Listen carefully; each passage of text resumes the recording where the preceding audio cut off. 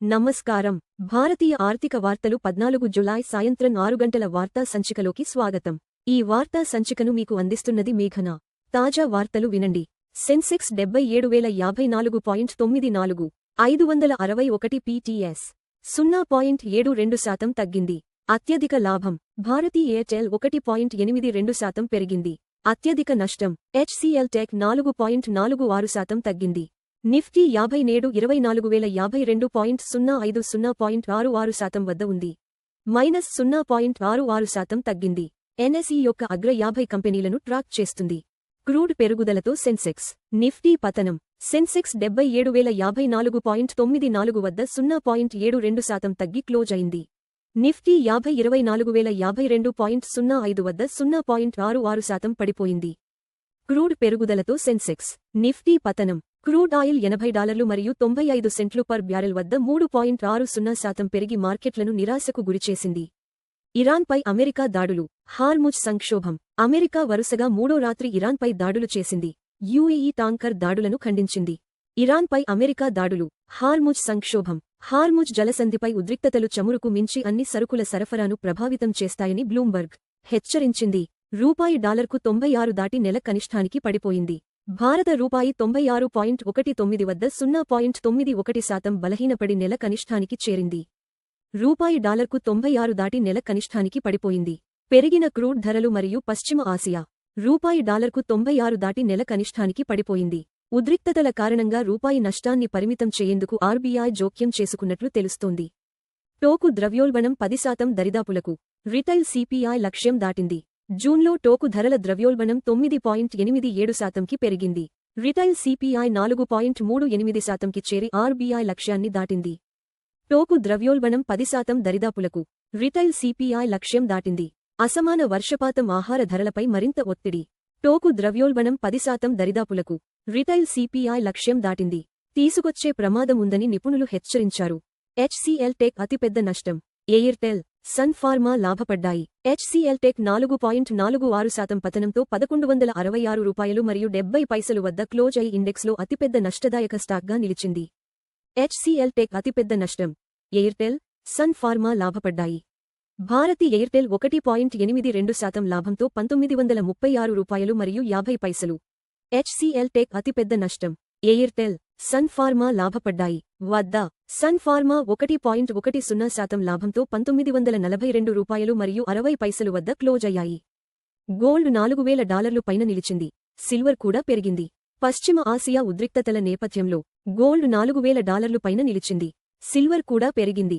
Gold $4,026 మరియు 60 సెంట్లు per Troy ounce వద్ద 0.74% పెరిగి క్లోజ్ అయింది. గోల్డ్ $4,000 పైన నిలిచింది. సిల్వర్ కూడా పెరిగింది. సిల్వర్ కూడా $58 మరియు 13 సెంట్లు పర్ ట్రాయ్ ఔన్స్ వద్ద 0.87% లాభంతో ముగిసింది. పశ్చిమ ఆసియా ఉద్రిక్తతలతో భారత రిఫైనర్లు స్పాట్ LPG వైపు మళ్లుతున్నారు. పశ్చిమ ఆసియా సరఫరా అంతరాయాల కారణంగా పశ్చిమ ఆసియా ఉద్రిక్తతలతో భారత రిఫైనర్లు స్పాట్ LPG వైపు మళ్లుతున్నారు. భారత రిఫైనర్లు స్పాట్ మార్కెట్ నుండి LPG కొనుగోలు పెంచుతున్నారు. పశ్చిమ ఆసియా ఉద్రిక్తతలతో భారత రిఫైనర్లు స్పాట్ LPG వైపు మళ్లుతున్నారు. యుద్ధం వల్ల ఏర్పడిన కొరత భారత ఇంధన ఎగుమతులను గరిష్ఠ స్థాయికి తీసుకెళ్తోందని బ్లూంబర్గ్ తెలిపింది. NYSEలో ఇన్ఫోసిస్ 5% పెరిగింది. NSEలో మాత్రం పతనం. ఇన్ఫోసిస్ NYSE షేర్ $11 మరియు 50 సెంట్లు వద్ద 5.12%. NYSEలో ఇన్ఫోసిస్ 5% పెరిగింది. NSEలో మాత్రం పతనం. లాభంతో ముగిసింది. అదే సమయంలో NSEలో $1,092 మరియు 90 వద్ద 0.88% పడిపోయింది. NYSEలో ఇన్ఫోసిస్ 5% పెరిగింది. NSEలో మాత్రం పతనం. ఈ వ్యత్యాసం అంతర్జాతీయ మరియు దేశీయ మార్కెట్ల మధ్య భిన్నమైన అభిప్రాయాన్ని ప్రతిబింబిస్తోంది. FD వడ్డీ రేట్లు ₹3 కోట్ల లోపు. Kotak Mahindra bank 7.30%, bank of Baroda 7.15%, Punjab national bank 7.10%, HDFC bank 6.60%. బంగారం $4,026 మరియు 60 సెంట్లు 0.74% ప్రతి ట్రాయ్ ఔన్సుకు. అప్రాక్సిమేట్లీ ఈక్వల్ టు $124,523 ప్రతి 10 గ్రా. బంగారు ధర 0.74% పెరిగింది. మునుపటి ముగింపు $3,997 నుండి. బంగారు ధరలు ప్రపంచ డిమాండ్, డాలర్ బలం మరియు ద్రవ్యోల్బణ అంచనాలను ప్రతిబింబిస్తాయి. వెండి $58 మరియు 13 సెంట్లు 0.87% ప్రతి ట్రాయ్ ఔన్సుకు. అప్రాక్సిమేట్లీ ఈక్వల్ టు 1798 రూపాయలు ప్రతి 10 గ్రా. వెండి ధర 0.87% పెరిగింది. మునుపటి ముగింపు $57 మరియు 63 సెంట్లు నుండి. వెండి ధరలు పారిశ్రామిక డిమాండ్, సౌర శక్తి మరియు సెంట్రల్ బ్యాంక్ విధానాలతో ముడిపడి ఉంటాయి. WTI క్రూడ్ ఆయిల్ $80 మరియు 95 సెంట్లు 3.60% ప్రతి బారెల్కు ట్రేడ్ అవుతోంది. చమురు ధర 3.60% పెరిగింది.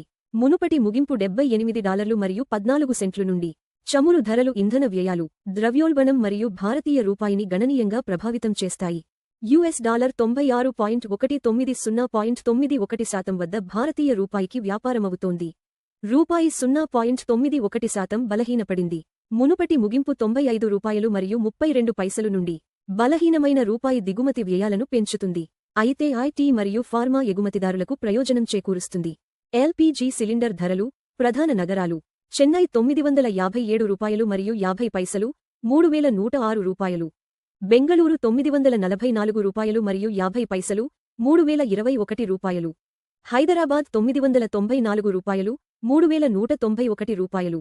ఆంధ్రప్రదేశ్ $966 మరియు 50 పైసలు, 3128 రూపాయలు. భారతీయ ఆర్థిక వార్తలు చూసినందుకు ధన్యవాదాలు. ప్రతిరోజు ఉదయం మరియు సాయంత్రం 6 గంటలకు మా వార్తలు చూస్తూ ఉండండి. లైక్, షేర్ మరియు సబ్స్క్రైబ్ చేయండి.